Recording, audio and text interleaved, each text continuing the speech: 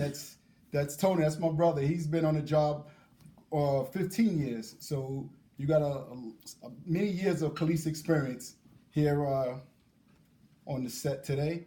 So we're going to talk about it. So if you have any questions, you can type. If you want to go live, type. I encourage other law enforcement to actually log on and communicate. I've been seeing we've been having a lot of back and forth, a lot of communication, which is good. I think that's a start. We got to start talking about the problems and the issues so we can start bringing resolutions to those problems. So we're going to go ahead and pretty much start. If you guys didn't see the video about what the incident that we're talking about, let me play it for you.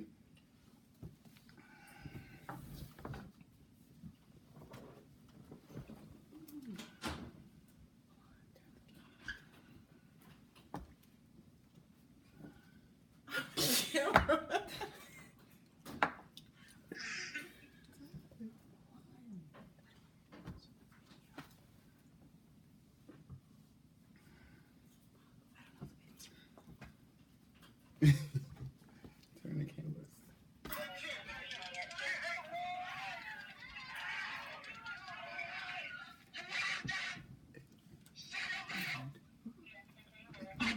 The camera's turned back around.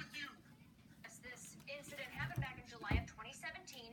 Glendale police approached a car for a traffic violation. Now, we want to warn you, what was caught on officers' body cameras that day is graphic. Now, we are going to show you just a portion of that video. The family in it has now filed a lawsuit. Passenger Johnny Wheatcroft is still wearing a seatbelt when officers ask for his ID. He refuses, and Officer Matt Schneider deploys his taser, and for the next several minutes appears to use it nearly a dozen times as Wheatcroft falls to the ground, tangled in that seatbelt. The lawsuit claims Officer Schneider then pulled down Wheatcroft's shorts, tasing him in the testicles. Wheatcroft is then put into a squad car and booked on felony aggravated assault on an officer. He spent months in jail before those charges were ultimately dropped, and Wheatcroft has now filed a lawsuit claiming all of this was torture. Well, Glendale police sent us a 2-page statement tonight telling their side of the story and giving us just a small 30-second surveillance clip where they say Wheatcroft's wife throws a bottle at another officer, knocking him unconscious. Officer Snyder was ultimately given a 3-day suspension. Glendale police says his use of the taser once Wheatcroft was already in handcuffs went against their policy. The lawsuit claims Officer Schneider then...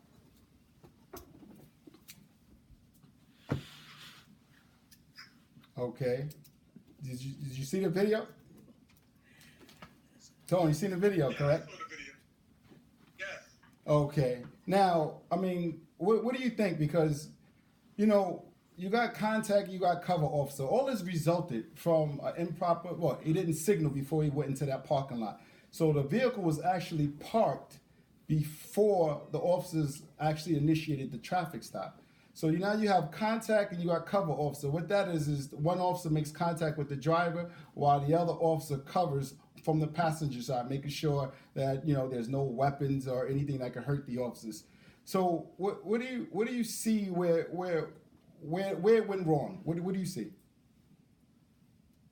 Well, the problem I saw is, you know, you engage a driver and you get the license, you run necessary information. By that time, I guess you've determined whether you're going to write the summons or not, and you move on. The contact they made with the gentleman in the passenger seat, that seems kind of confusing. I don't know what, you know, they wanted his license or his information. They were removing him from the car. Why? I mean, did it turn into what can they articulate that made them warrant to start, you know, removing people out the car or, you know, want additional information and start searching and then using a taser? Right. It's quite confusing. Right. The thing that bothers me, I mean, he started talking to him, and there's no problem with asking the passenger for ID, even if they don't give, they have no obligation to give you the ID, but you can still ask for the identification.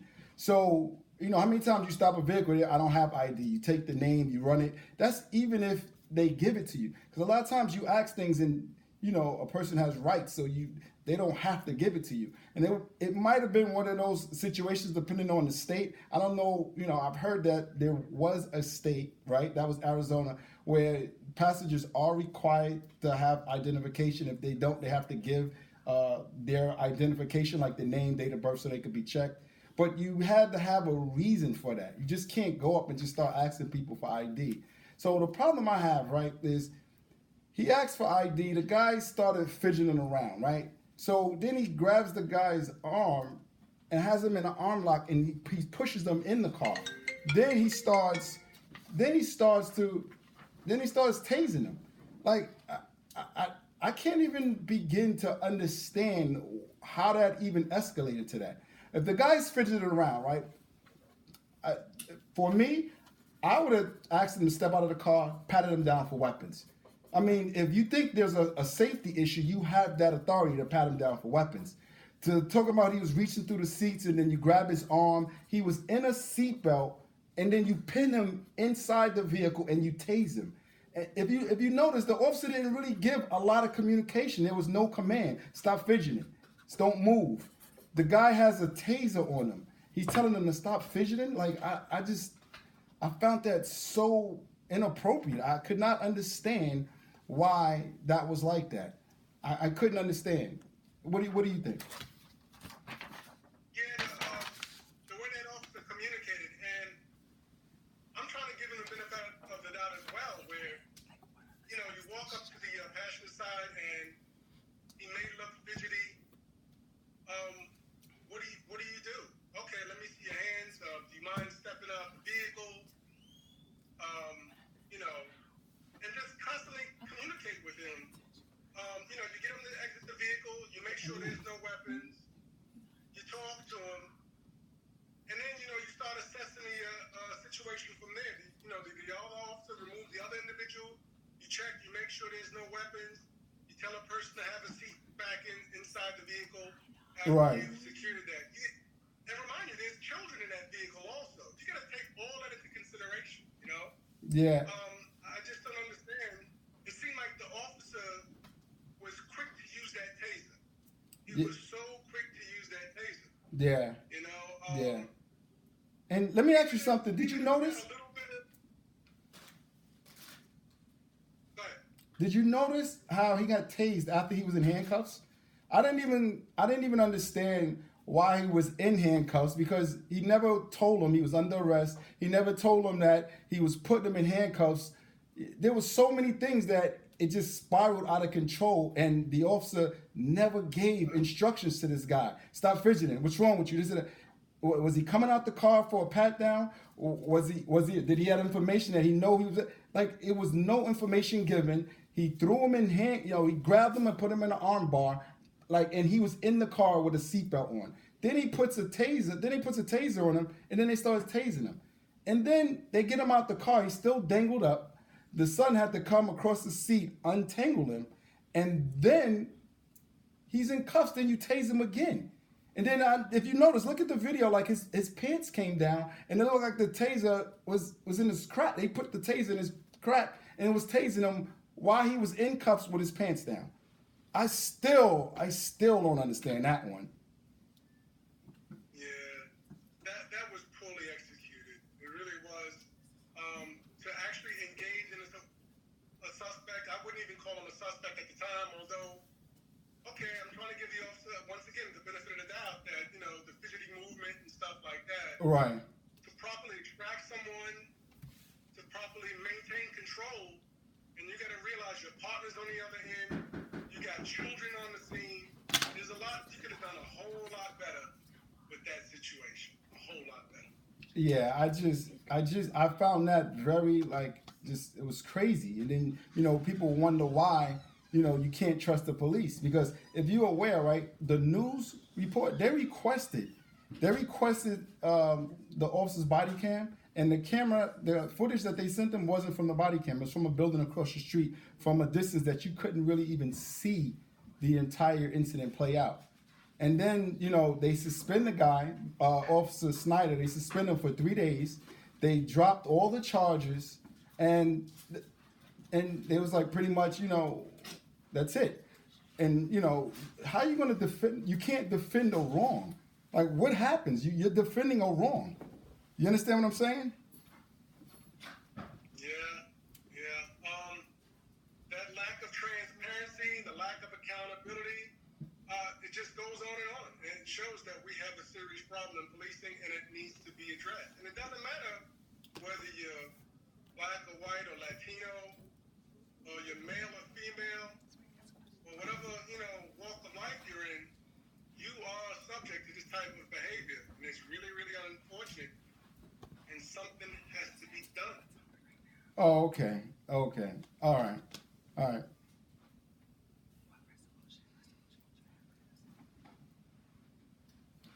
don't hear him.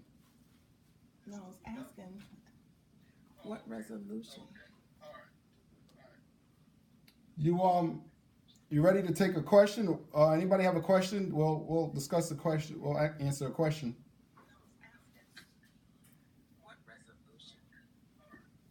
Why, from Radio Dougie, why do they always escalate situations? Can you read that? Why do they always escalate situations? Well, why do they always escalate? I think the perception goes from 0 to 100 because the officer fails to follow his training. You have to apply your awareness and your force compared to what you're receiving. And you see time and time again, officers go from 0 to 100 all the time. And that's the problem I always have. You hear me over and over again, the officer didn't follow his use of force continuum. Because the use of force continuum pretty much says, I apply this type of force to this type of resistance. If it goes up, then I go up. They go from 0 to 100 just like that. And then there's never accountability for doing that. It hasn't been accountability for years. So what you see is the officers not following their training. What do you think, Tom? Yeah, I agree. The level of force is higher than what is actually presented to that officer at the time. The level of force that the officer is using is higher than what he's actually confronted with, and that creates a problem. Like you said, you're supposed to use the proper corresponding amount of force used to just the minimum to maintain control of that individual and to affect the arrest is all that should be needed. So once you turn up a few notches, it quickly gets out of control. And yeah, it's once again, you have the use of force continuum that explains all of that, which is also in the book. Okay. We're going to take another question. Okay, so this question is off the topic of the video. It's from Mutt Duck. I heard that police officers were specifically told to target people of color between the ages of 18 and 35. I don't understand why, though, and maybe you guys can talk about it. Well, I've seen that report pretty much, and that's the NYPD 12, where they're targeting the low-income areas for stats, pretty much, and they're forced, and they're filed. You got 12 guys that filed a lawsuit, pretty much, on police practices. Raymond Edwards, he kind of spearheaded that, and him and his team took a huge step into fighting police misconduct, and that's definitely misconduct. You take these communities and you generate these little the arrests, the tickets. You start using that as money for the city, then you're gonna have all these type of problems. Tone? Yeah, like I said, in those low-income areas, it is unfortunate because they lack so much in resources and education. So there are the criminal element that kind of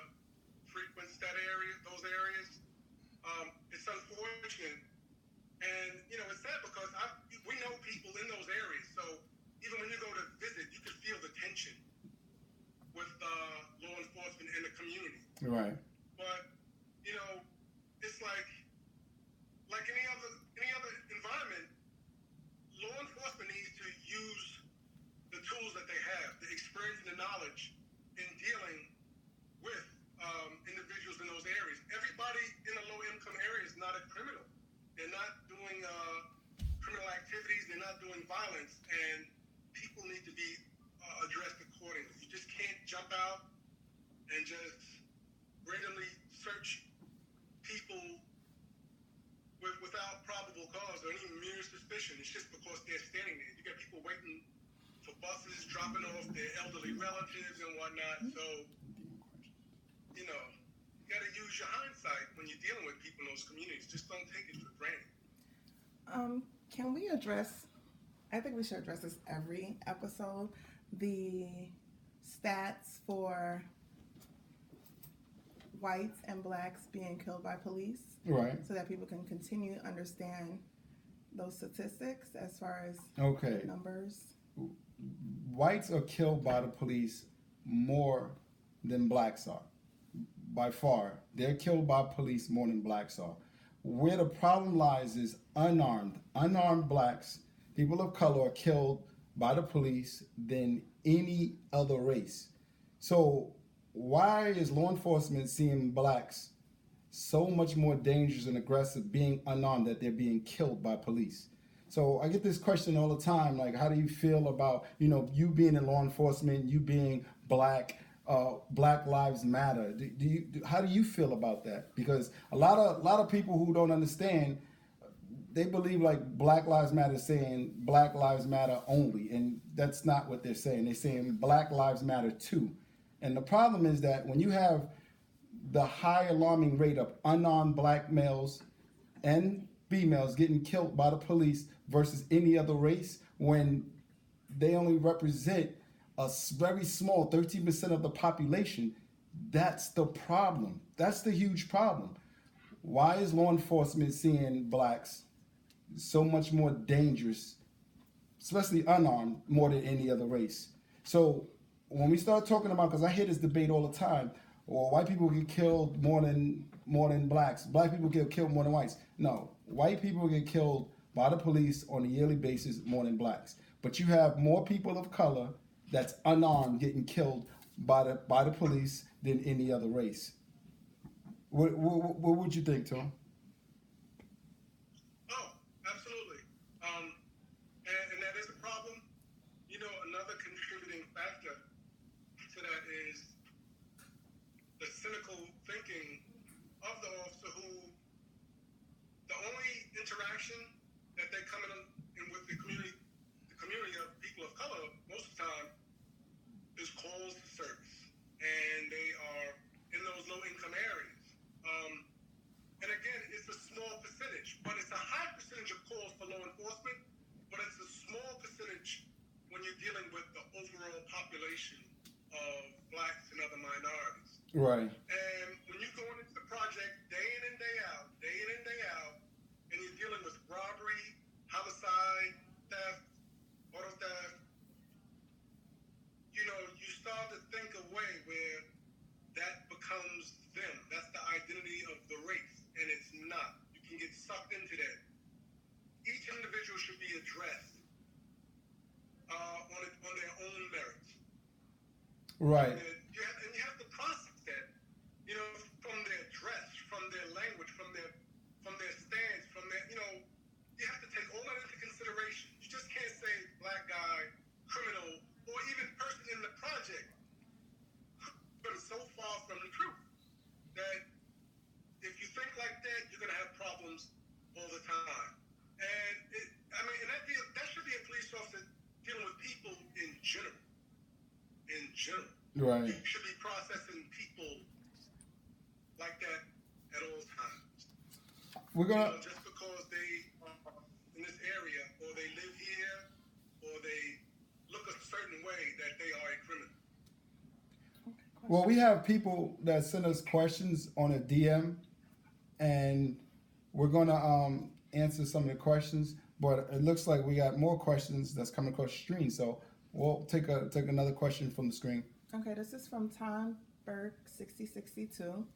What do you think would happen if Leo simply stayed out of high crime areas as far as patrol is concerned? Simply leave them alone unless they have to go for a call for service. Leave who alone though? Right, leave the citizens. They do that now. Like nobody. I was one of the very few officers that stayed on my beat because I had a project car, so I stayed in the projects. Police or a lot of police officers don't come into projects unless they're called, and I think that's one of the main problems that they have. I think you really need to be a part of that community to police that community. You don't. If you're not a part of that community day in and day out, they see you, they get to know you. There's a level of respect. You're not going to have any type of relationship with them. I mean, as soon as I came out, the first day out the academy, I parked my vehicle, start walking the projects, starting to meet people, start talking to people. That's the only way you're going to build some type of rapport. I remember when I first got to patrol, I was told by my lieutenant, look, you only go in there when you called. Me coming from the projects, coming from a low income community, I was like, right out the gate, I said, I see the problem right out the gate. So only time that the community sees me is a call for service. I'm running in, either I'm trying to bring some type of situation to a calm, or I'm locking somebody up and I'm leaving. So every time they see me, all they see is an enforcer. Police officer is more than an enforcer. He has to be. And I think that's one of the major problems that the police have all the way around. You run in, you lock, take names, and then you leave. That's not how that works.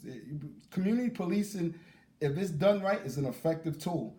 It's not being done right at all. So do you think, remember when New York went through the transition? What do you think, Tom?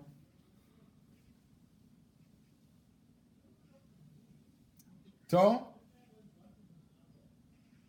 You hear me? I can hear you. What did you think about the Yeah, I can hear you. What do you think about the question? Oh, it's a good question. Right. And what happened was when they get these officers out of the communities, they figure we're going to get our bang for the buck, where we'll take them out of those low-income areas that have high crime. Calls for service, in and out. And I saw that as a big problem.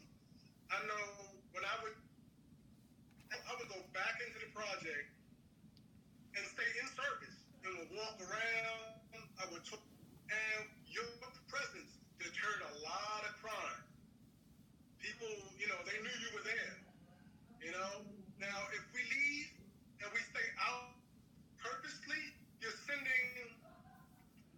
it's almost like you're sending a message saying, I'm not here.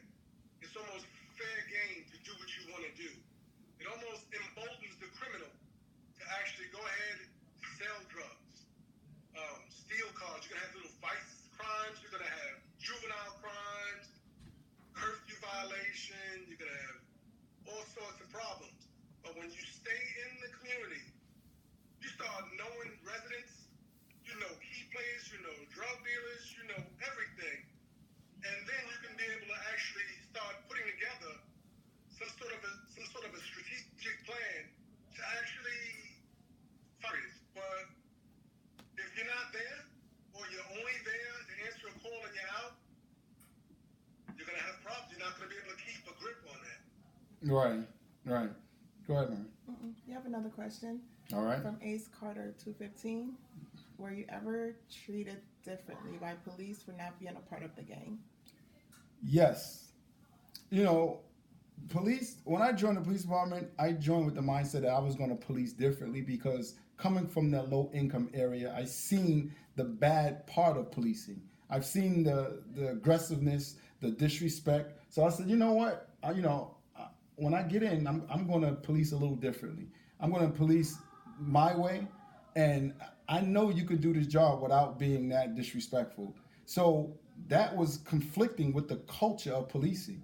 Like, for example, a stolen car, subject jumps out of the car, they run, chase him.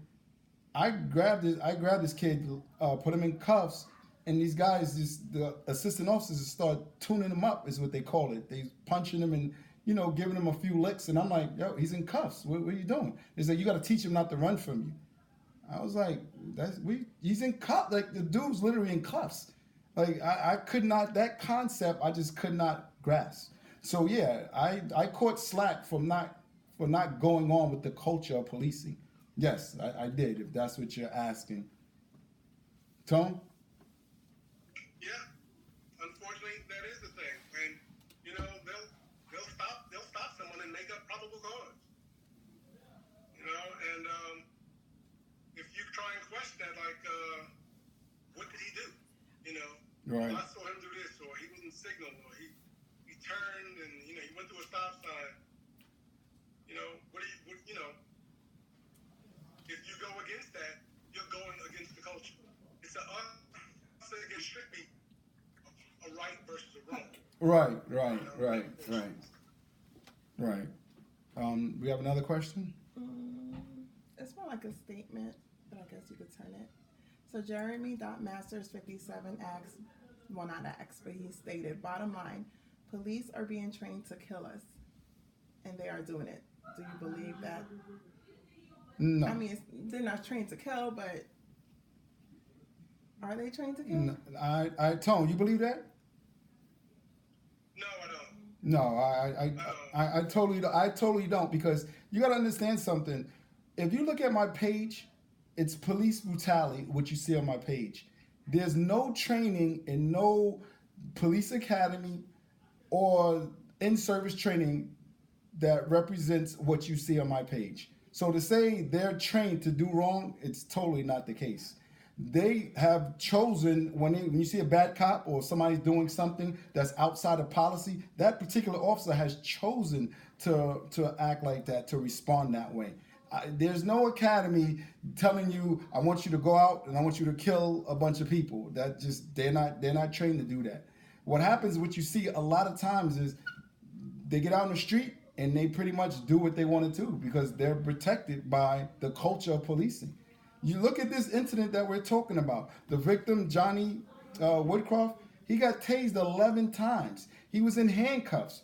The department quickly suspended this guy 3 days. I think he should have been fired personally, but 3 days, because that's not training. Like, you're not trained to respond the way you see these officers responding. And I see this debate all the time. Well, we need more training. We need them to follow training. Simple as that. Like, I debate with other law enforcement all the time, and we go back and forth. And the first thing I say is, show me a policy that tells you to when somebody's in handcuffs, start punching on them. If they run from you and you chase them down, you catch them, you beat them down so you can instill a message. There's no training manual in the United States that will tell you to do that. That's the problem. There's not training. They're not following that training. You got something to add? Yeah, no, I agree with that, because I've worked with officers, black, white, Latino, Asian, who would actually handle that textbook style. And on the flip side of that, I know some officers who they wouldn't. They would really mess up and abuse their power and privileges and just people, and it's unfortunate. So yeah, that's what this is all about, accountability. They get the proper training and the proper tools, but you're gonna say, no, I'm not gonna do it. I'm gonna do it my way. I'm the man. I'm bad, and you're gonna do it your way. There's a serious problem with that. Serious problem. If anybody want to go live, let me know. And Tone's going to be getting off here shortly, so if you want to go live, just let me know, and I'll get you. I'll communicate with you. I'll have a conversation. Go ahead. What happened? Oh, I have. Another question? Yeah. Go ahead. Teresa59 asks, do you think whites are being made to falsely believe that black people are the problem as a means to divide us further and keep us separated? Tone, did you hear that? Do you think whites are being made to falsely believe that black people are the problem as a means to divide us further and keep us separated?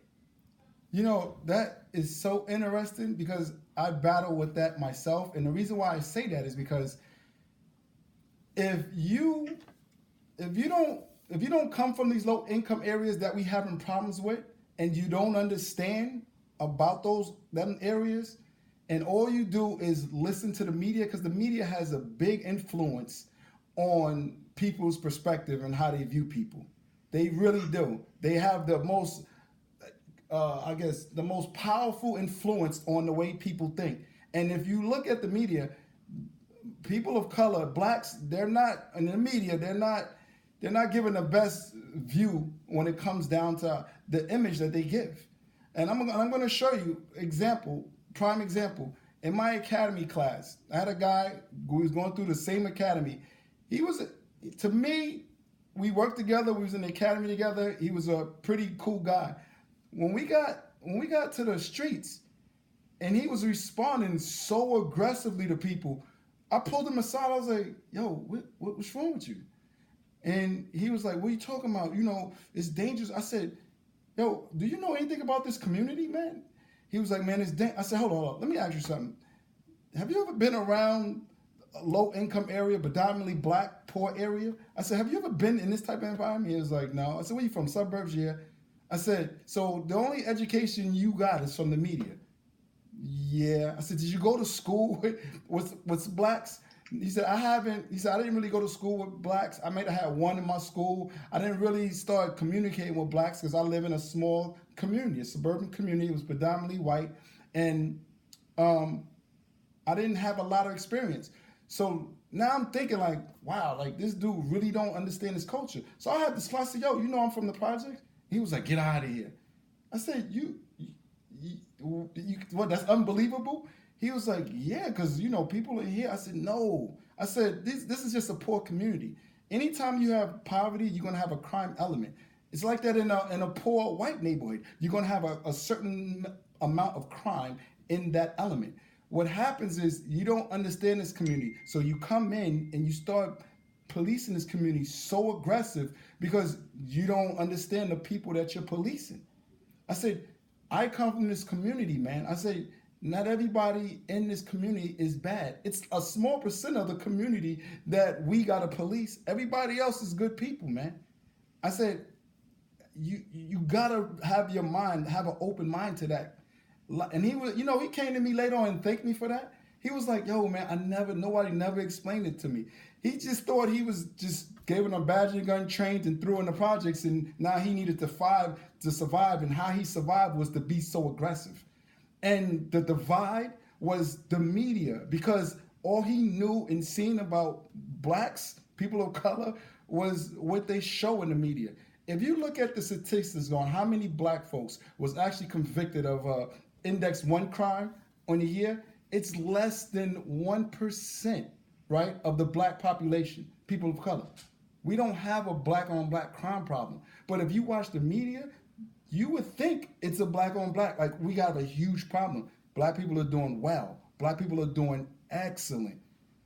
It, people don't, you know, people like to play with numbers. One in every third. When you see those numbers, that's somebody manipulating you. Somebody wants you to get the actual perception that blacks are violent. You seen in a video. Look on the IG page where an officer was telling this black lady, and you see it. It's on the IG page. You know, blacks, they have a high propensity of that they're violent. They're very violent people. And the teacher was like, "I'm not violent. What are you talking about? I'm a school teacher." He said, "Well, you know, most white people believe that blacks are real violent people, so we got to be on point." This is a police officer in uniform explaining to her. This is a guy who has no understanding about the culture of people that he is now policing. He threw this officer was probably like 6 foot, 200 something pounds. This lady was so small. She was 130 pounds. He just ripped out her car, slammed on the ground, and then during the transport, he was telling her why. Because she was like, "Why was you so aggressive with me?" And he said, "Yo, I'm going to be honest with you. Yo, blacks are..." And you got nobody telling a lot of these people, right, that comes from the suburban areas, and put them in a low income black neighborhood, you're going to have problems because you're taught to survive in this academy. So you are on high alert as soon as you go in there. And this particular officer, everybody thought he was racist on how he was responding. He just didn't know. And after I talked to him, I totally see a change. Like he was out, he was talking to somebody. His level of, I guess, alertness, he understood and he started watching and understanding like, yo, these people are cool. There's only a few people in here, a small percentage of them that's not. And these are the people that I got to worry about. I had him, he was actually, because I used to walk the projects all the time. He would actually get out and walk the projects, and he actually thanked me for that. He said, yo, I came in with the mindset, I was twisted. I really didn't even understand that. He said, they don't teach you that. So what about yourself? Tom? Joe, can you hear me? Yeah, I can hear you. I said, what about yourself? Can you hear me? Yes, I can hear you. Okay, good. Because you kind of breaking up a little bit, but I mean, I heard everything you said. You know, an interesting observation, Joe. I don't know if you can just think back when we were in the police department together. You know how many times we've been to different offices? And think about it, for the most part, white officers. We've gone to their houses, whether it be a party, a get together, cookout. Right. And you see all kinds of people there, right? Do you ever think about the only other officers you saw there that were black were police officers only? Right. Yeah. Did you ever see a black person there that wasn't in the police department? No. Right, exactly. I remember when we left the police department and we wound up in civilian life, we was playing softball with people. We were still going to their houses. I don't know how many times you've had people at your house, even neighbors who were white, and will come and interact. But I don't recall any police officers. When I left the police department, no white officers would have you over again. That was it. You were either in or you're out. Right. There was no friendship. You're a part of that culture, and that's kind of weird. You know what I'm saying? You don't even associate yourself with minorities. Only people from the police department. I've never dealt with any officers who I've met. Right. Minorities outside of policing. Yeah. So. And then you stick those same guys in a low income area, and you tell them to go police. So do you see the problem there? I'm a firm believer, right? And a lot of officers hate when I say this because they feel like, I'm saying that they can't police. But I believe you should be from the community that you're policing. I'm a strong believer in that. They should have residency rules, and you should be from that community. Like, because I see a huge problem in the police, and when I was actively policing, where somebody who's not familiar with that, they police at such a high alert because they don't understand. They have no idea. They don't know how to distinguish, like, okay, you got poor people that's doing fine, and then you got negative criminals that's preying in that community. They don't know how to distinguish the two. That's why stop and frisk was such horrible, because they was just stopping everybody. Stop and frisk was actually a good tool if used correctly. It was designed to target criminals. It gave you another tool to target criminals. What happened? You got an officer who don't know how to target criminals, so you get them in this community and you just have them start shaking down everybody, get on the ground, treating them bad. Like that was a huge problem. They give you a little leeway, they give you a crime fighting tool. If they would have used stop and frisk correctly, it would have been the most effective tool that we would have came up with. But because you got an officer who don't understand the community, don't understand the difference between poor black and criminals who prey in that poor black community, he can't decipher between them. So what happened was he just round up everybody and he just started searching everybody. And you had so many innocent people getting shook down, getting beat, getting treated like trash. And that was one of the main problems. Okay. So it's basically like a comment, but I'm going to turn it into a question because I feel it's very important. So, Jihadi Jones, I'm from England. I'm concerned how the police have lack of respect for the public in the U.S. They are so quick to be on the offense before they know how the person broke the law.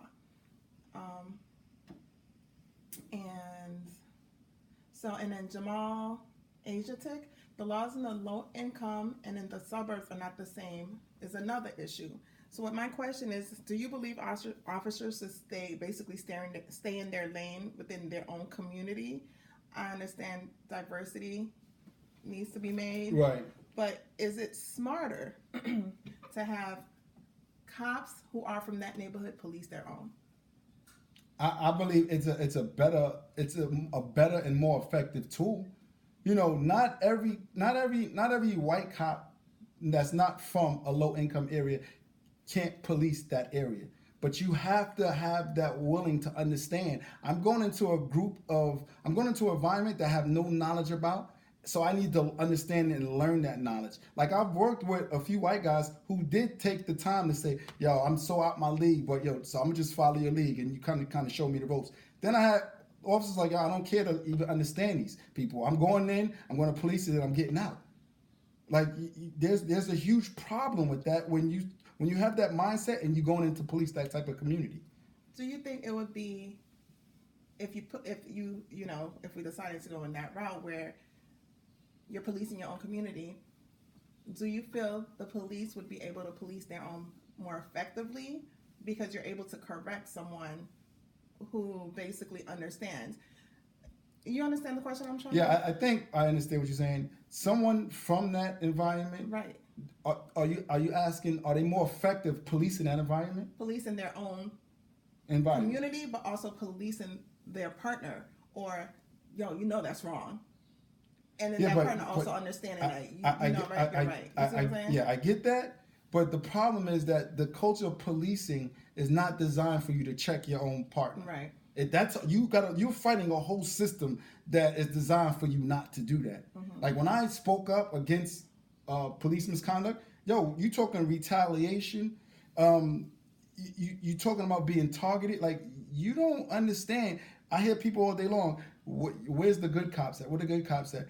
Good cops go through a whole lot because now you got to worry about within and then you got to worry about without. You got a community that don't want to mess with you. They can't stand you. They hate you. So you got to watch out on the street. And then within the police department, you got to watch out because people are saying, you're not on our side. Whose side you on? If I had $1 for every time an officer tell me whose side I'm on, I'd be a millionaire right now. I've been asked that so many times because I'm one that was vocal, like, what's wrong with you? What you doing? But you don't see cops doing that. You have them, but it's a very small percent. A very small percent. I remember getting a call. A shooting call is probably one of the most high adrenaline call. And Tone, you can vouch for that. You get a shooting call, everybody's going. Everybody's going. They want to get a bad guy. You want to get a gun off the street. I got called to a shooting call in the projects, and radio said it was a good call. And what that means is you got several calls, and the caller is describing the same thing. So when you got several calls and the calls are describing the same thing, it's normally what it is because most 911 calls is not exactly what it is. So I get on the radio, I'm letting them know, like, okay, where's my back? I didn't have no back. They was like, well, nobody's. People would drop what they doing if it's not a high priority call just to come back you. I didn't get no back, so I told them, I said, I'm not going there by myself. Until I get it back, then you hold a call. They was like, well, I can't do that. You'll wait for your back, but I can't hold it because you're available. So I said, you know what, better yet, call state police and let state police know I need their assistance to come into projects. As soon as I said that, you had a supervisor came over and said, disregard that, I'll go with them. But I wasn't getting no help until I asked for state police.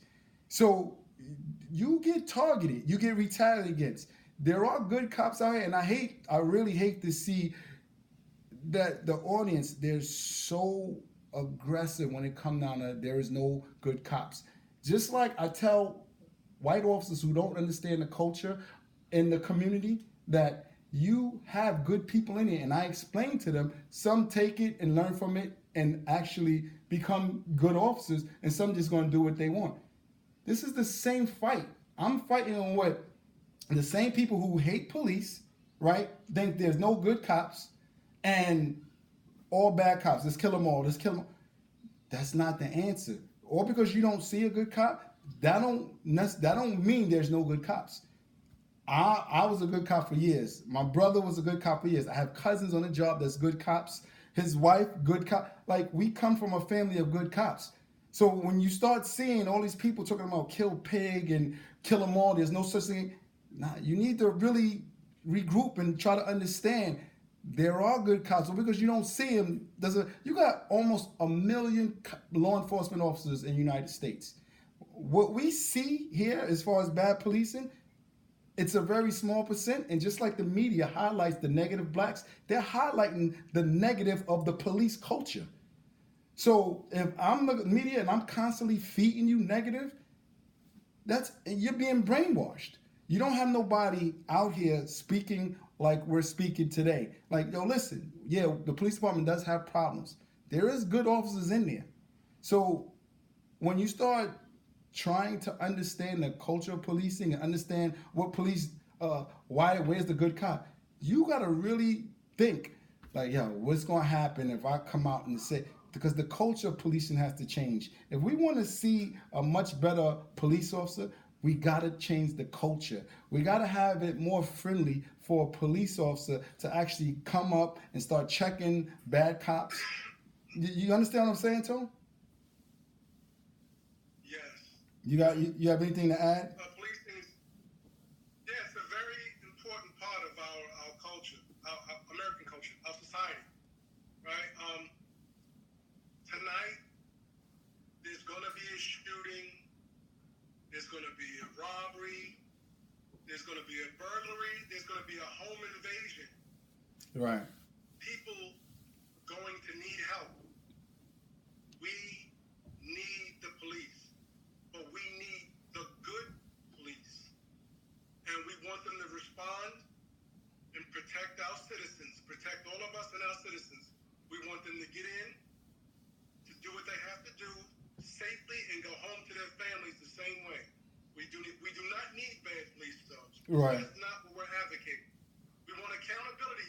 We want to remove them from society, but we need our good police officers to come in, to do their jobs, do it well. We're going to give them all the equipment they need, the support that they need, and we want them to go home to their families. We do need that. We really do need that. So to think that, to get rid of them all and kill pigs and die, that's the furthest thing from the truth. We should not be saying that. You know, that's not who we are. We need good policing in this country. We want to change all of policing to good policing. We want no bad cops. No bad cops. Right. But they are an important part of our society. Right, and don't get me wrong, right? I understand someone who's been victimized by the police. It's hard for them to understand that. I totally understand that. I come from a low-income area, and I've been the victim of police brutality growing up. I totally get it. I 100% feel and understand your pain. I'm here to tell you that. But just like myself was on the job, my brother was on the job, I mean, I know good cops. It's hard for you to see that because you've been victimized by it. And don't be from a community where you see it often. If you see it often, it's hard for me to tell you, oh, listen, it's good cops. I know it's bad ones out there, but we have more good ones than bad ones. So I get it. I totally understand. And I'm not trying to discredit what your experiences are and what you've been through. But firsthand, I could be the cop that's coming to your next call. Judge each, and it's sad to say, you got to judge each individual officer as that officer.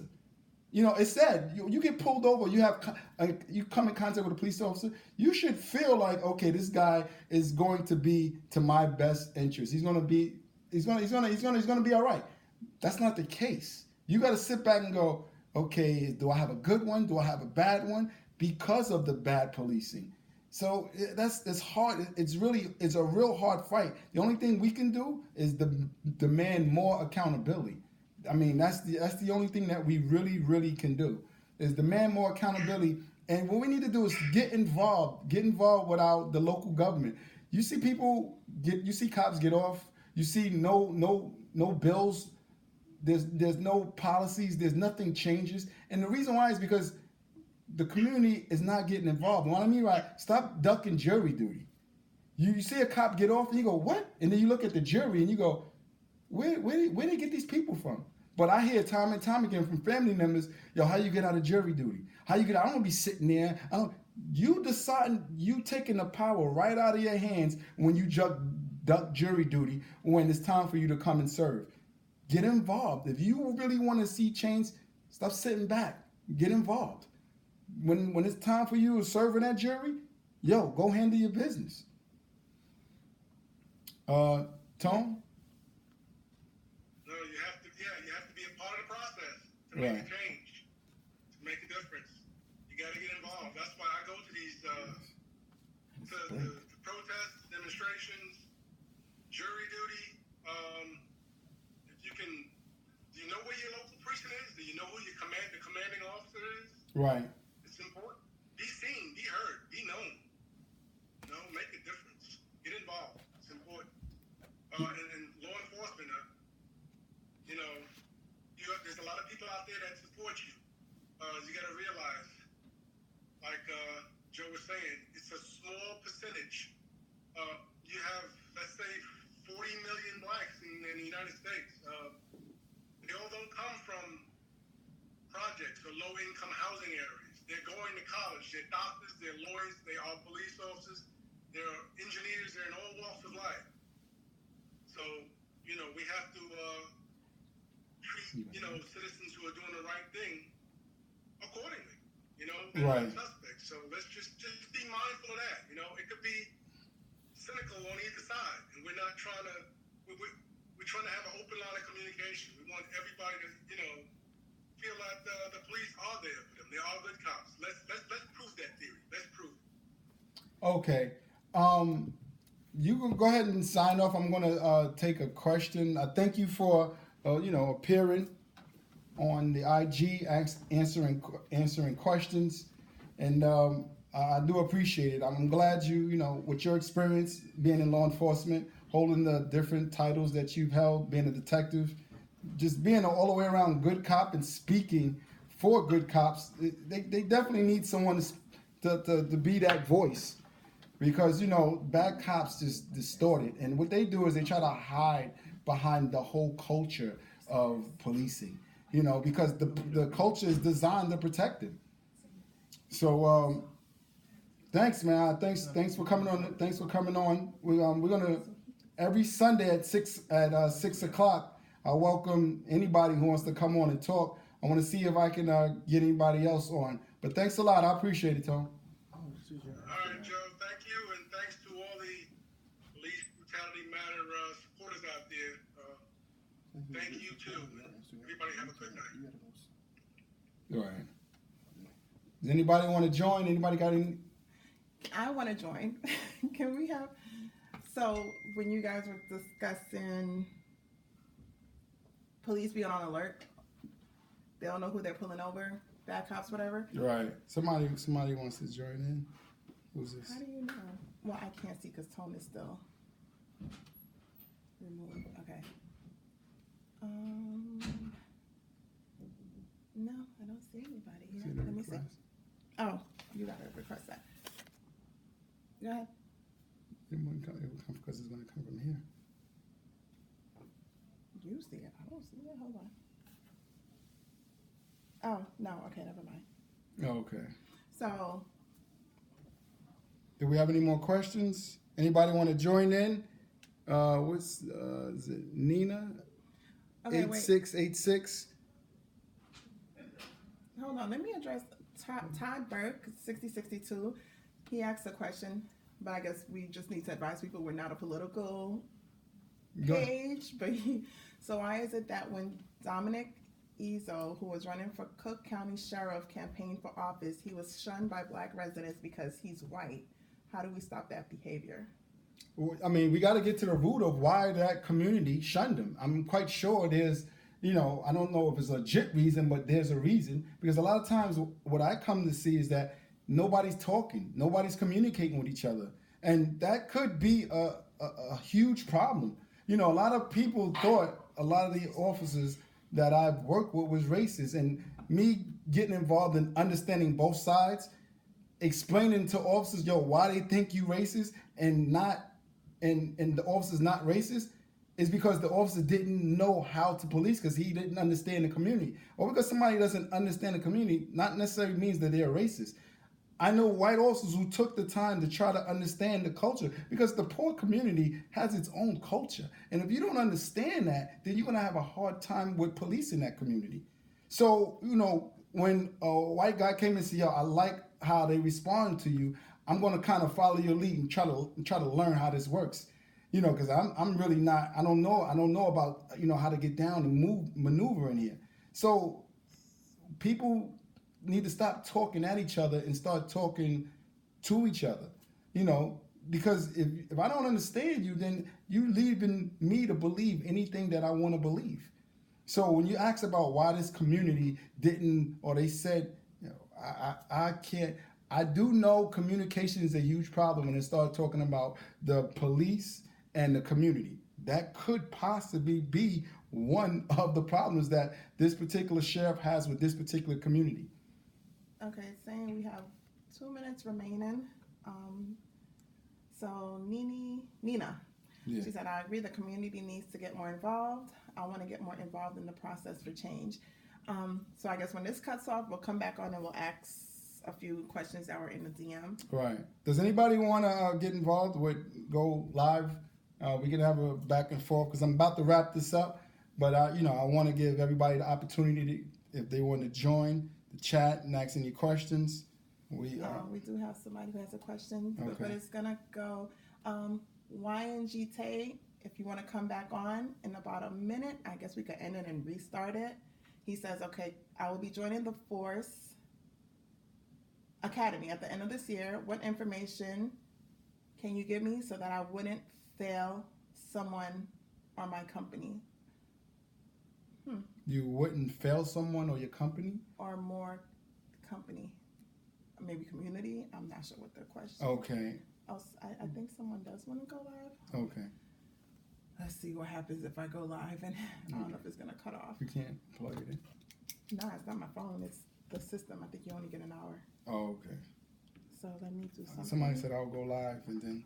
Okay, we'll just come back. We're going to... she said she'll go live, Miss Confident Queen. Yeah, but I got to get out and then come back in. So I wrote down everybody. We'll come back. Tell them to, I guess they only give you an hour on the system. Yeah, on the live. So we'll shut down and then reappear. And everybody stay tuned and we'll continue the conversation. In like 30 seconds. All right. Oh, wow, 163 viewers. Can you stop being rude? You did that shit twice to me. What? Doing what? I was trying to ask a question. You're like, Tone, you have anything? Yeah, because I want to get him off the phone. I don't want to waste his time because I want to get other people in. Well, Tone is boring. So right, that's why I wanted to get him off. That's why I wanted to get him off. Yeah, it's like, I'm about to fall asleep. And then I kind of wanted to share my story. Remember when I got pulled over? And how everybody's on alert, like me as a black woman, and then this white but they don't cop. even see you. I'm still having the cop. Why do they need to see me? You would think, right? Forth? We can go back live now, right? Yeah, I don't think seeing me is anything. Yeah, you just got a voice in the background. Yeah. I think that's not cool, but all right, whatever.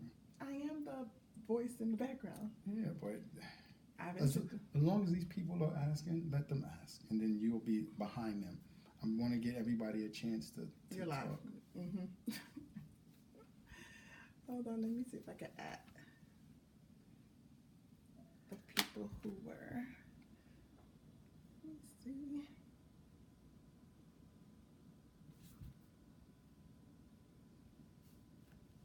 Oh, there he goes. He's back. Okay. Jar Daddy. Can you put this back on? All right. I know Jar_Daddy wanted to go live. we go. Okay. All right, yep, he's requesting to, he or she. So, all right, ready? Mm-hmm.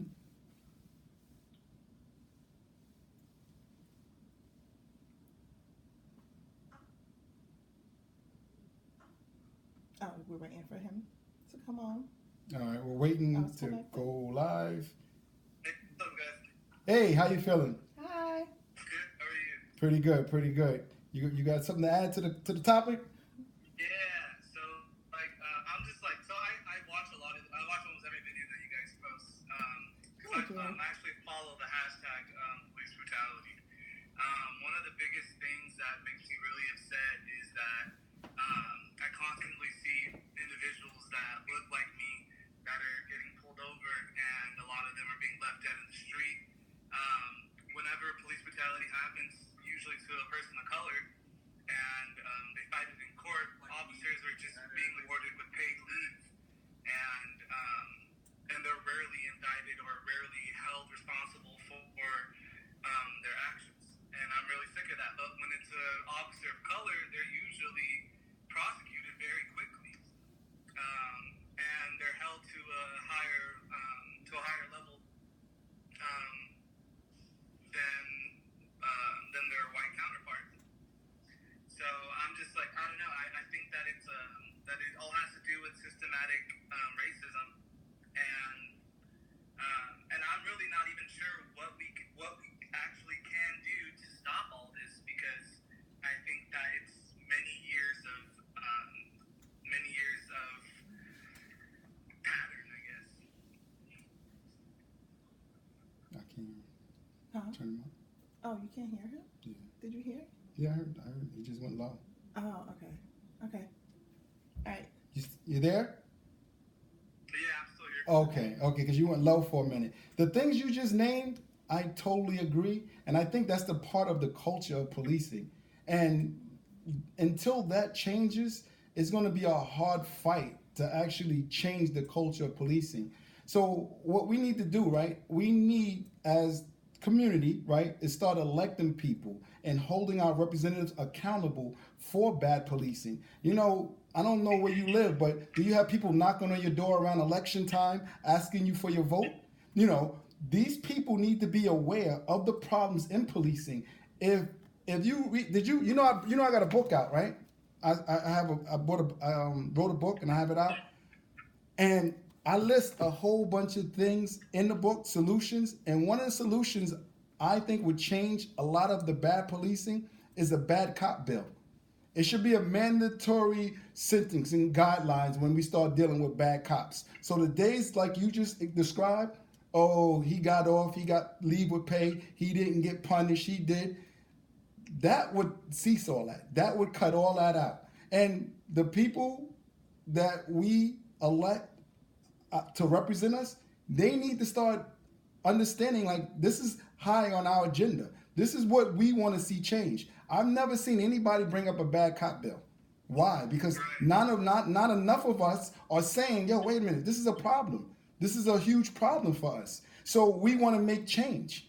I mean, I really believe, like in whatever next election, this needs to be to the forefront. I mean, I see a lot more people coming together, having these conversations, but we need to actually start letting our representative know, look, we're going to support you, but you need to support a bad cop bill. You need to put up a bad cop bill. We need to vote on it. We need to start making change. We need to start revamping the culture of policing, because what you described been going on for a long time. So I Is that we need to work towards making their training a little longer. We need to add cultural humility, and like another thing is how a lot of these white cops that murder these unarmed black people, literally when they do an investigation on the cop after the fact, after this black life has been lost, they see so many complaints in his file, but they've never been addressed, and he's never been disciplined.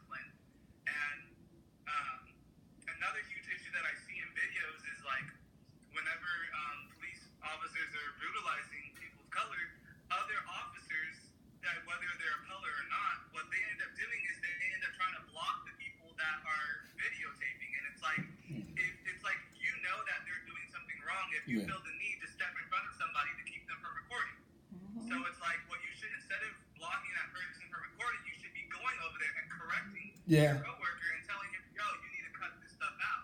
Yeah, you're 100% right.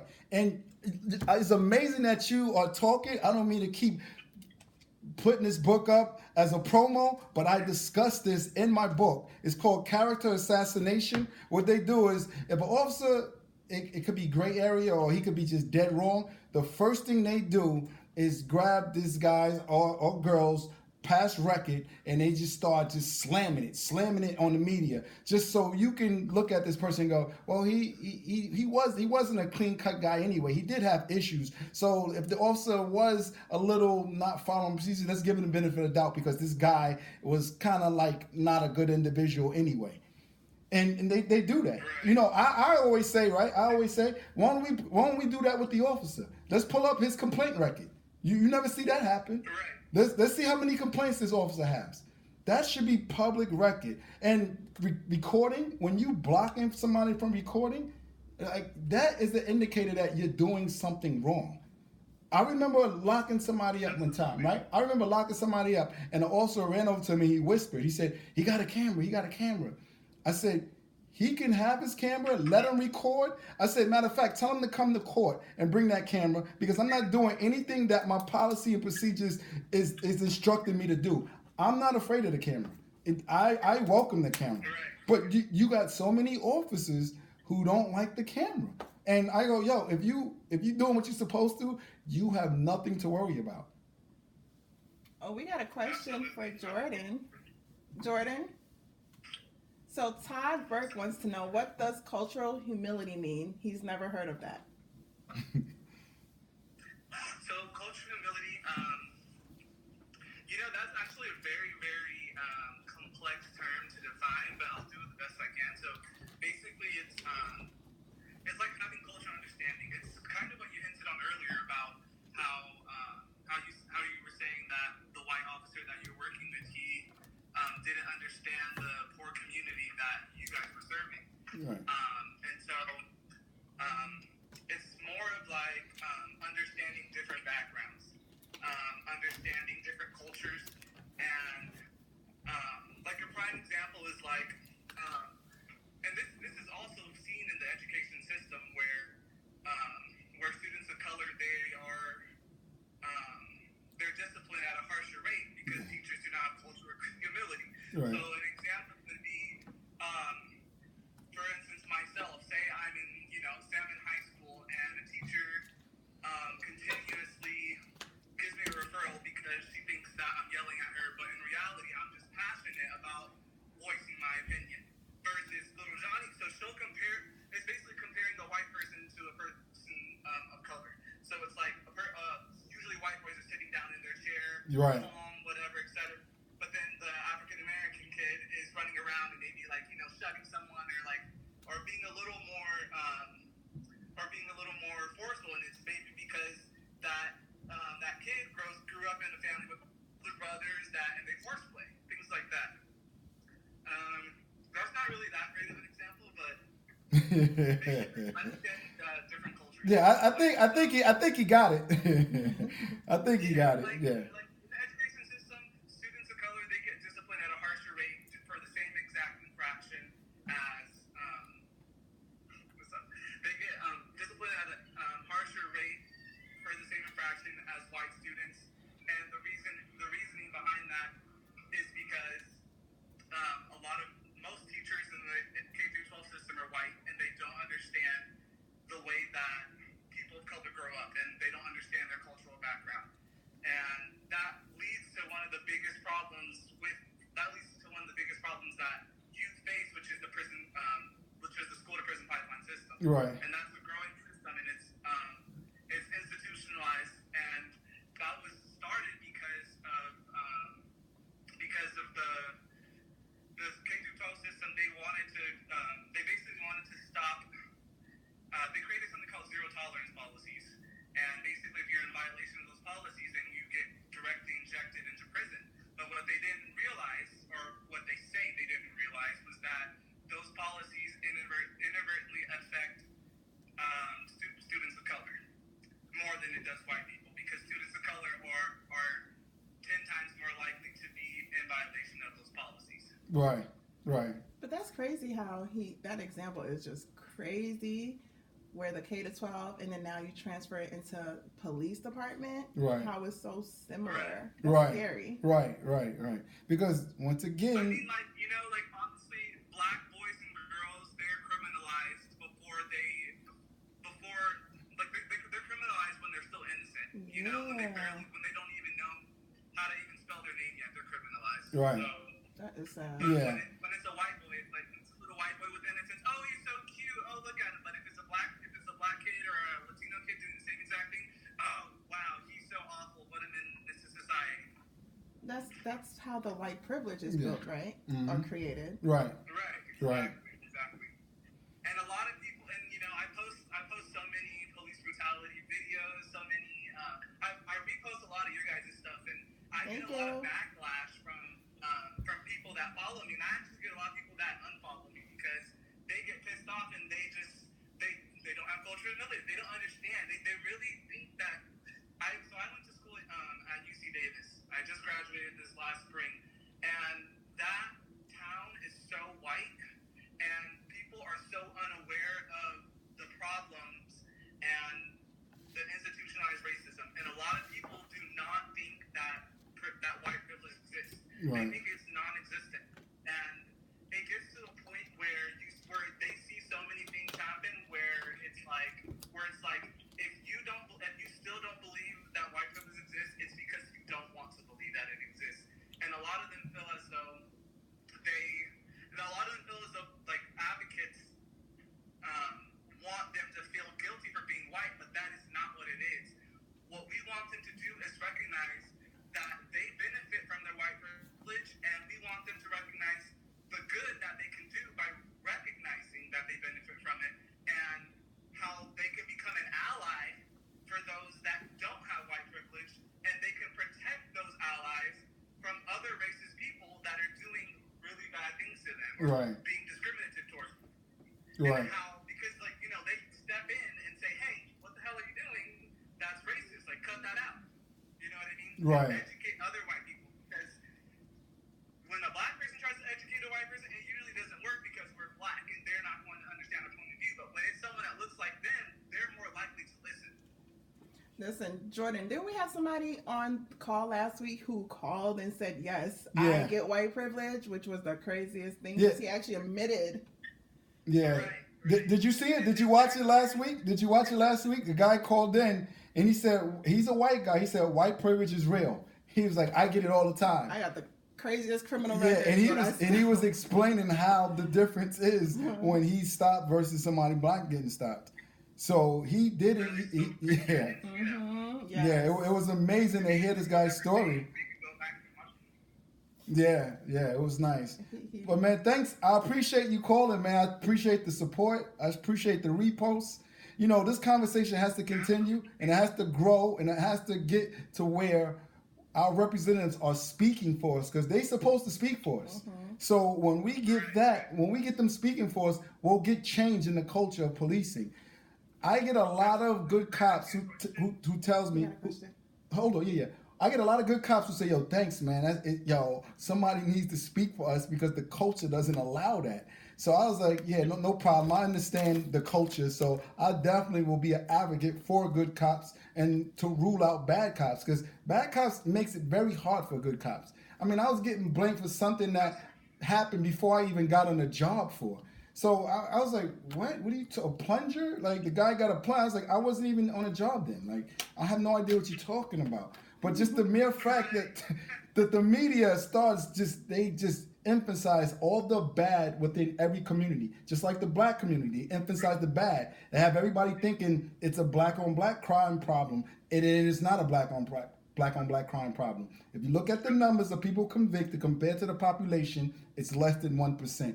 If you look at the police brutality payouts compared to 1 million officers, it's a small percent. But when you look at what goes on, you would think like, yo, it's happening every day when it's really not. So we need to come together as a culture and understand that. As a community, we need to understand that. So that's one of the major problems that I see that we need to really start addressing and making change on that. So go ahead, what was your question? Absolutely.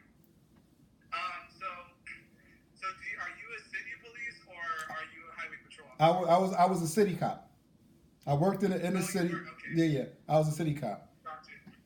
Did you ever give out tickets like traffic stops or anything like that? Nah, it's funny that you ask because I always tease because I come from a family of cops.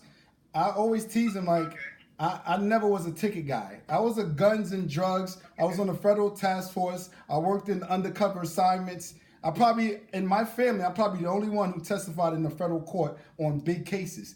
I wasn't one of those guys who was on the side of the road writing tickets with the radar gun. I kind of make fun of, my other family members who have wrote tickets. Traffic court was never my thing. I come from an environment to where I want my officer going out really combating crime. And I went in with that mindset. I'm not going to be tying myself up with paperwork because you did 5-10 miles over the limit. Nothing against you guys who write those tickets, but that just never was my forte. I just never done that. Gotcha. The only reason why I ask is because I'm just so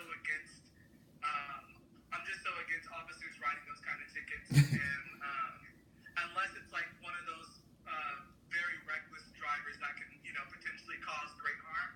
But like I did a lot of research on law and things of that sort, Mm-hmm. and I came to find that that traffic tickets are fraudulent because when you look at the purpose of government is to protect and maintain individual rights. And so when you did not physically harm anyone, physically damage anyone, or cause any type of damages or harm, then there's no reason, they don't have jurisdiction over you in court. And traffic codes, those aren't laws, those are codes, those are man-made codes. If that makes any sense to you. I studied a lot of pure logic, and I actually started working with these guys.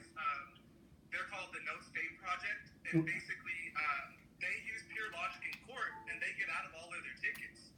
And I started using their ways, and it took a while for me to actually get a hold of it and grasp everything. But their method of getting traffic tickets kicked out, it works because it's a huge fraudulent system about collecting money. And whenever you go to court and the judge says, "Oh, well, your fine is $1,000, but I'll knock it down to $350," he tries to make it seem as if he's doing you a favor, but in reality, he's doing him a favor because he gets that money that same day, and it pays his salary. It pays every single government employee salary.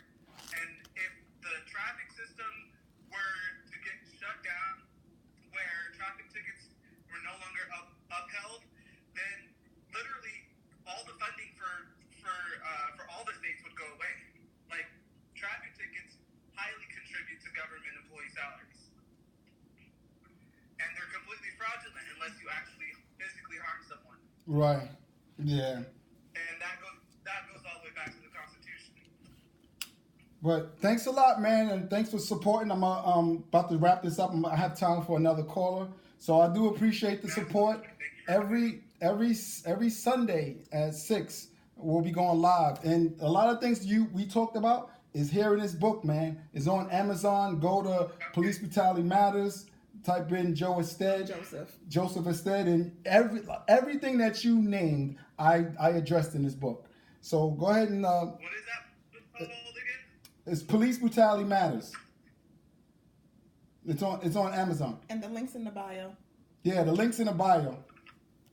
Okay, cool. All right, thanks a lot, man. Have a good one. All right. Thank you. I never got the lady talking. I'm behind the scenes. Okay, I got you. Y'all have a blessed day. All right, You do the too. same. Thank you. All right. Bye. Got time for another call, so if you want to go live, make a request. Okay, so in the meantime, let's do the questions. So if this is a question from the DM. You come from both sides of the fence, low-income community, and the police department. What do you think is the problem, and how do we fix it? Well, we kind of addressed that through our conversation. Right. The problem is you got a certain group of people who don't understand the culture of people that they're policing.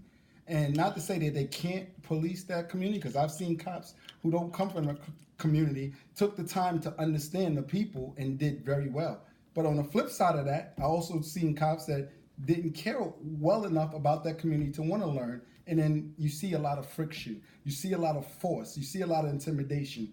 So, it all depends on that individual. And the diversity training in the police department, it's a joke. I mean, it really was. I think that needs to be really embraced. That needs to be really modified. They need to up the diversity, especially when you have a group of people and first thing you do, you stick them in a project car and you say, go police. I mean, if these people don't understand that culture, because poverty has a culture by itself. So if you're not, you don't have to agree, but you have to understand it. If you can understand the culture, you won't have any problems policing that culture. Okay, we have a live request. Okay. With Lit Tree.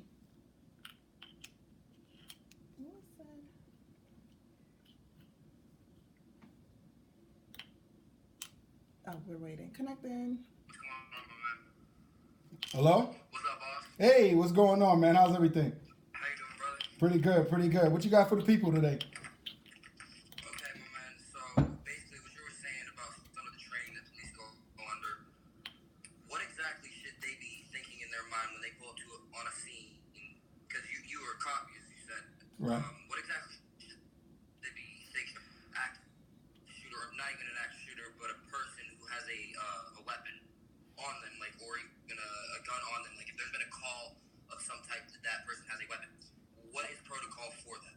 Okay, now look, I'm glad you asked that. Are you coming in with your weapon drawn, or are you coming in knocking on the door in a civilized manner? Okay, let me explain. Are you familiar with the Tamir Rice case? The 12-year-old kid in the park? Okay, here you go. You have a 12-year-old kid. In Arizona? You have a 12-year-old kid. It was in Cleveland, right? It was in I think it was in Cleveland. You have a 12-year-old kid in a playground, and a caller states you had a grown man with a gun, and that's pretty much I remember that one. okay. Yeah. Okay. Now, the approach for that particular call is. Can you hear me? Okay, the approach for that particular call should have been a methodical approach. It should have been a tactical approach. And what I mean by that is the officers, if you look at that tape, they drove up to Tamir Rice at a high rate of speed and they parked right next to him within inches. And they was exiting the car shooting this kid. Now, you see the police union argue, oh, they only have a split second. Being a police officer, sometimes that's the case. You do have a split second. But the police training is designed to try to minimize your split seconds. And what I mean by that is that particular call, the police should have parked a distance away.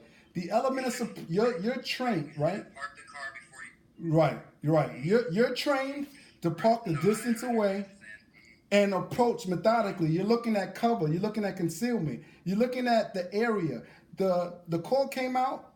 It was in a playground. Now, if I get that call, the first thing I'm thinking about, damn, I don't want to get into a shootout at a playground. Now, I got kids here. Do I want to challenge them near at the playground? Do I want to try to wait? I have to give myself that advantage. And the only right, You want to de-escalate the situation. You gotta. You want to de-escalate the situation as quick as possible. Right, right. And also, if you're approaching like that, even if there is, imagine if there was kids at that playground and there was a real gun and they approached like that and you automatically see the cops pull up and he really did start shooting people. Right. Imagine if that happened. Yeah, you would have saw two dead officers. And like, right. that's not. Right, first off, because they didn't fucking excuse me, watch my language. They didn't approach with the right protocol.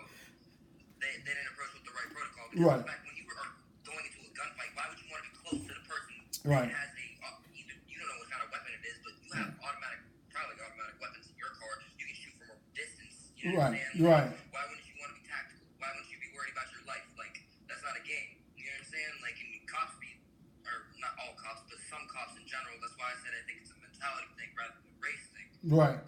Don't have appreciation for human life in general. They don't have a concept or a grasp for the differentiations and the different diversities that different peoples go through. And they don't have respect for those type of things. Like, they don't get involved, like you said, with communities anymore. They don't walk old ladies across the street. They don't take kids home after school and shit like that. Right.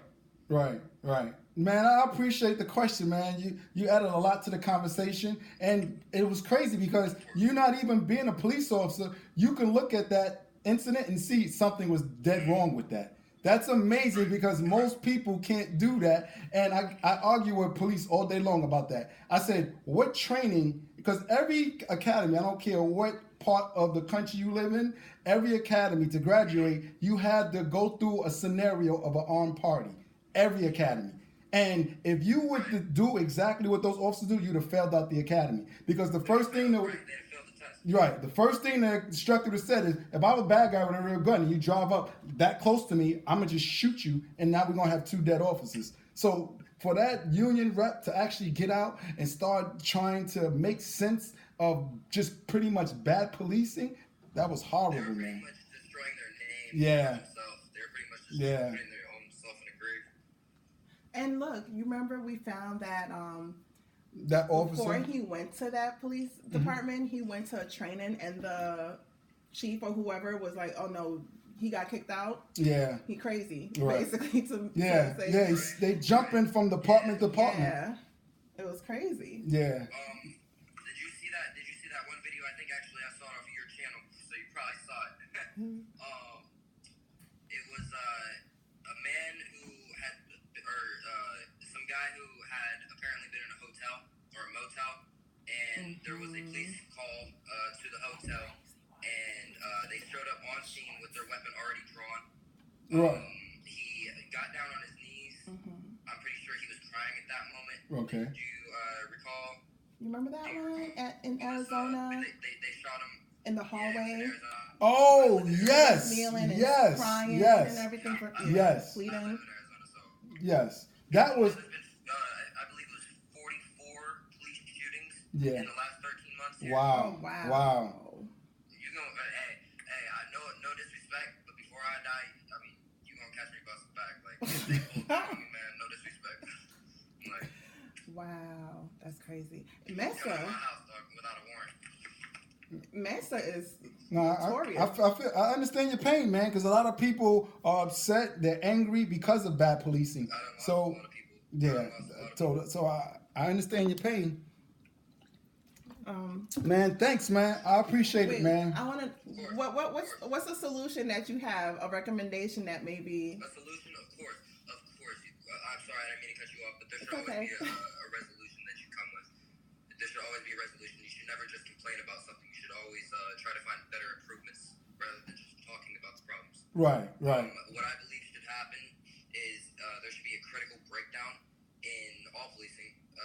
Basically, I believe just like America should be run in the original like mind state, it's for the people.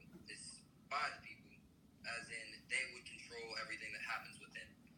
If you want to be a real American, you do you to the fullest, and you don't bother anybody else about what they are doing unless it's hurting anyone else. That's what real America should be. Okay. Good So, point. honestly, it's a mind state. It's a mind state. If everyone was on the, if they were on the same wavelength together, and everybody if everyone had a same creed and had appreciation for morals, Yeah. Oh, shit. it would work like that, my man. We're never gonna be a utopia. Right. Okay. Well, man, I thank you, man. Appreciate your time, my man. I appreciate you logging in and giving us your viewpoint. Thanks for the support. And every Sunday, man, we're gonna do it at 6 o'clock. Shut up. That's awesome. All right, Like thanks. 6 o'clock news. Yeah, definitely. Thanks, man. Thank you. Peace out, my man. All right. All right. That was a pretty interesting one. That was That good. I like his was. viewpoint. Anybody else want to go live? I got time for one more, and then I'll call it. All right. So. Hey, Todd Burke, won't you go live? It seemed like you had a lot to say. Okay. Well, while we wait for Todd, if he wants to join, I have another question. Can you get me the charger? There was an officer in one of your videos explaining. Oh, we discussed that to the black teacher. Yeah. Why white people fear blacks. Right. So we kind of touched on Yeah, we the touched on answers that one. of the DM. If you have a video or a question and you don't want to, I guess, go live, Mm-hmm. you can always DM me the question. I won't put your your name on it, especially officers. I see more officers starting to log in and have a discussion, which I think that's a real good start. So, people who don't understand can have a better understanding. And I think that's a huge start. So even if the cop, if you want to log in and ask a question or send me a video or you want to discuss it, even if you want to go live, you can go live and put the camera to your ceiling or something and just have a back and forth conversation so that people can hear your concerns. Other than that, one more question from the Go ahead. DM that we're gonna answer, and it is so, a ton of people purchased the book and they've been reading it, giving it 5 stars. One question was that they wanted you to elaborate on the insurance policy recommendation. Oh, okay. See, I worked with a lot of officers who didn't worry about lawsuits because the city or the county, wherever they worked at, normally picks up the tab. The taxpayer paid the bill. So in my book, I address the way to stop the taxpayers paying that. An officer should have to have insurance on just his law enforcement status, just like in the medical field, just like in the law field. If the officer gets involved to where he's not following procedures and he's just doing what he wants, then the city or the county or the department where he works at is not liable. It's up to the officer. Now, the officer has to have insurance. So if he had insurance and he kept getting claims and his premiums kept going up, then he would just eliminate himself from being a cop. He would just be out the picture. So when I say officers we need to implement some type of insurance, that's the insurance I was referencing. If they follow policy and their conduct end up in court, then the police department will back them because the police department is the one who trained them. So the police department covers it. Like, for example, with these guys in Glendale Police Department, where you had the guy being handcuffed and being tased several times while in handcuffs. He got the suspension. Now, there's a lawsuit coming out of that. Now, he didn't follow. That wasn't in policy. That wasn't in training. You're going to find no training manual in the United States to tell you to tase a subject while in handcuffs. He was dead wrong, completely wrong. So now, once he files a lawsuit, the department says, nah, man, that's on you. You didn't follow policy. Now he has to go to his own insurance, and now the claim has to come out of his insurance. And now what happens? It's like a car. You keep having claims, your insurance premium goes up, and you won't be able to afford it. Now you eliminate yourself right out of the police department. So get the book. I addressed that in the book. And thanks for the conversation. So you think it's affordable? Would it be affordable? Oh yeah. It would definitely. It'd be the same. It would be similar to nurse. Right. Nursing and doctors. It's a doctor. It's affordable. It's not something that they can't afford. Now it will become unaffordable if you keep getting claims and not following procedures. Right. Then you can't pay for it. Then you can't be a cop. And somebody like that, you don't want to be a cop anyway. So basically, there should be no excuses. Yeah, because the taxpayers, and it just drives me crazy when you have these so-called, I'm pro-police all the way. They were like, well, the person should have complied. And I'm like, but the police officer handled it wrong. That's not policy. Well, the person should have complied. The prosecutor dropped the case. The officer got fired or suspended. Now the taxpayers have to pay this person, this victim of police brutality, millions of dollars in a police brutality case, and you don't have a problem with that? You don't have a problem paying that? Like, come on, it doesn't make sense to me. It doesn't. It really doesn't make sense to me. And I have a comment on that. I was reading, I don't remember what city or state, but at the end of the year, I think they added $200 taxes on each taxpayer because of police brutality to cover the funding of police brutality payouts. So it's like an additional $200 on your yearly taxes that you had to pay. You know how crazy that is? You know how many people is in that town or community or state, and then you paying $200 per person? Right, because we don't demand accountability for our officers to do it right. We just cut checks. Yeah. That's basically. Crazy. And it was that Detroit has the highest. Yeah. Payouts. Within the past few years, we're reaching almost $1 billion in police brutality payouts. We keep it up, we'll have enough to help Trump with his war. Shut up. That's another conversation for another day, another week, another live. Hi, Sarah from Sweden. All right. I guess, do we have any closing statements? Oh, okay. Or do you have another question? Or you have another? Oh, we're done? Okay. All right. This is what we're going to do. Next Sunday Yep. at 6 o'clock, you got a video you want to discuss, you want to talk about, send it to the DM. Questions. And we'll address it. Until then, thanks for the support. Don't forget, this book is the secret of breaking the code to changing police brutality. Go to Amazon and my name, Ested. Joseph Ested, Police Brutality Matters will pop up. And the link is in the bio as well. And the link is in the bio. So thanks a lot for the support, and I'll see you next Sunday.